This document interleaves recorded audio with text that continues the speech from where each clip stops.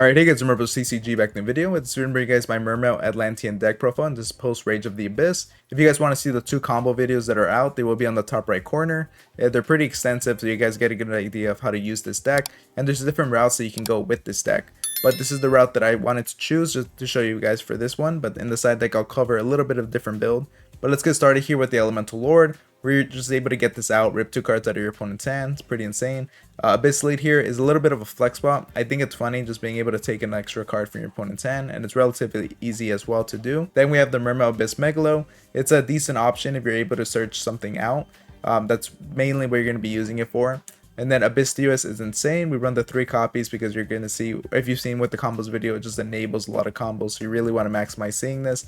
Same thing with the Atlantean Dragoons. This card is not a hard one to return. Very easy to just cycle this and get a bunch of effects out of this. Mermail Abyss Spike is also really great just because when it's normal or special summon, discard a water monster to the grave and add a level 3 water monster from your deck to your hand. Just a lot of flexibility, a lot of great targets for this deck. Then we have the Xyz Slittle Dolphin. This one's a little bit of a flex spot too. Same thing with the Armored Shark here. We can put them together where they enable some extra plays. If you've seen with the combos, there's a few combos that utilize these cards. They're great. When you see them, they could be a little bricky, so if you want to remove something, you could definitely remove these guys. Besides that, we have the Abyss Shrine, the Atlantean Spirit. That is pretty insane because it does have a graveyard effect that gives you some value during your opponent's turn. But mainly you're going to be using it here in order to tribute hit itself from the hand and one Atlantean monster from either your hand or field. Usually you're going to use it to target your Neptibus so that you're able to trigger Neptibus' effect. But then you can search out something like Abyss Dues and then continue your combos from there. Then we have Mermail Abyss Gun. If this card is discarded to the graveyard, you can target one Mermail monster in your graveyard, accept it, and special summon that target. And then I run 3 copies of Deep Sea Minstrel. This card just gets a good amount of value out of it. You're able to discard it and one water monster and look at your opponent's hand and banish 1 card from their hand face up into the end phase. So it could be great to just get removing a hand trap from your opponent's hand, and you're just able to play through whatever else you leave them. Then we have Mermail Abyss Socia. That is able to target a Mermail monster you control and special summon any number of level 4 or lower Mermail monsters from your deck whose levels combined are equal to or less than that number. So you could usually use this to just target your Abyss.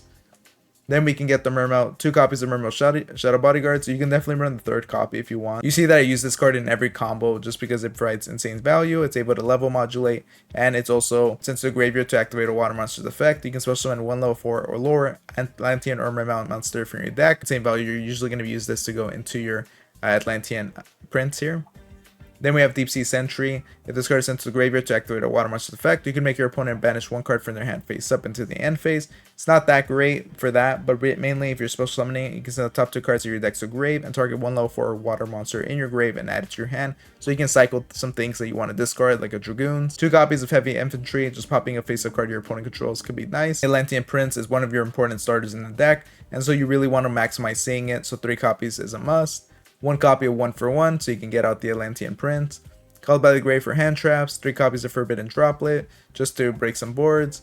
We have Abyss of the Mizuchi. There's different ones for each, for the spell, monster, and trap, but you mainly just want the spell one because your opponent can bait out this card by using the monsters, and with spells it's a lot harder. And then we have Abyss Things of Triana. This card is a monster reborn. It gives that monster a bunch of protection. It's just a great card to equip. And then we have 3 copies of Infinite Permanence as your hand trap. 2 copies of Dominus Impulse. It's a great new hand trap that's able to negate a summon. And the nice thing about it is that it doesn't lock water monsters or water decks. And then Virtue Stream, it's a Icarus attack for sea serpents, fish, and aqua monsters. And you're able to search it out. Alright guys, before I go to the extra deck, if you are enjoying the video, make sure to like, comment, subscribe, and consider becoming a patron. For just $5 a month. You can get access to my Discord, and I can now provide some deck building advice. Besides that, there are other tiers that help influence the content I create and support the channel. But if not, there are combos that you guys can watch that help support the channel as well. But besides that, we're going to get started here with the Poseidon Abyss, the Atlantean Dragon Deity. This card is pretty powerful, but most of the time you're just going to be using this just to go into it and link it away in order to use the effect to bring a bunch of things onto the board. Besides that, once per turn, you can detach 2 materials from this card and send 1 water monster from your hand or deck to the grave, and return up to 3 cards from your opponent controls to the hand. So if you have the opportunity to, you're able to bounce a bunch of things and also get something into the grave. Then we have a Mermail Abyss Giles. This is able to negate your opponent's board. It's pretty insane if you set it up right. Xyz Armor Fortress is great. You're going to be using this with the Xyz Armor Torpedo, and you can set yourself with a decent board using this card, as you're going to see in a lot of the combos here. Then we have 2 copies of Bahamut Shark. This is just for the totally awesome. Number 4, Stealth Kragan is also a decent one that I like getting out occasionally, as it is able to turn your opponent's monsters into water monsters, which can make it very difficult for your opponent to play through it. Abyss Dweller, also locking your opponent out of their grave, is pretty annoying for them. The Virtue Stream is pretty nice just because you're able to get yourself your Virtue Stream. But not only that, you're able to attach a material most of the time to your Abyss Giles just because you're going to be sending it to the grave anyways. And being able to attach a material onto it and making it active again is pretty solid. Totally Awesome is insane. Omni Negate that just steals stuff. World Sea Dragon Zelantis is a great link for if you're able to go into it and you need to, then there it is. Then we have 1 copy of Neptibus the Royal Mermail. It's able to protect your other Neptibus monsters, but not only that, it's obviously a great way of just searching out your Abyss cards. And usually you're going to be using its effect during your turn in order to get the Triana, bring out your Abyss Giles, and then use the effect during your opponent's turn in order to get the Mizuchi. Then we have 1 copy of Marincess Coral Anemone. It's a monster reborn, and it's a pretty good amount of targets for the deck.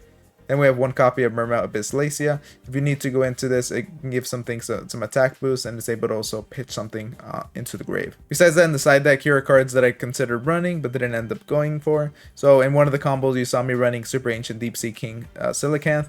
It's a solid monster, and I think it's pretty funny when you're just able to fill up your board with a lot. But it can be bricky at times. 1 copy of the Marksman. It pops a sack card, which is good, but not super great all the time.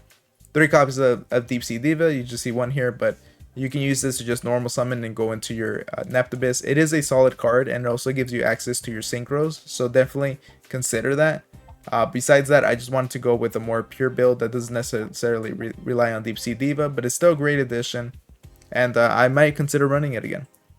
And then we have Ice Shade Gearmere Evergreen. This card is pretty annoying for your opponent to deal with just because you're able to banish some things. Trishula again, if you're going to be running some tuners, then definitely it's going to be one you're going to want to run. Same thing with the Croco Dragon, just being able to pop a bunch of things and also get you some draws. Then we have Dragite as a Spell Trap Negate, and a White Aura Whale as your way of clearing your opponent's board by just destroying everything. Besides that, if you guys enjoyed the video, make sure to like, comment, subscribe, and all that, and I'll see you guys next time. Thank you for watching.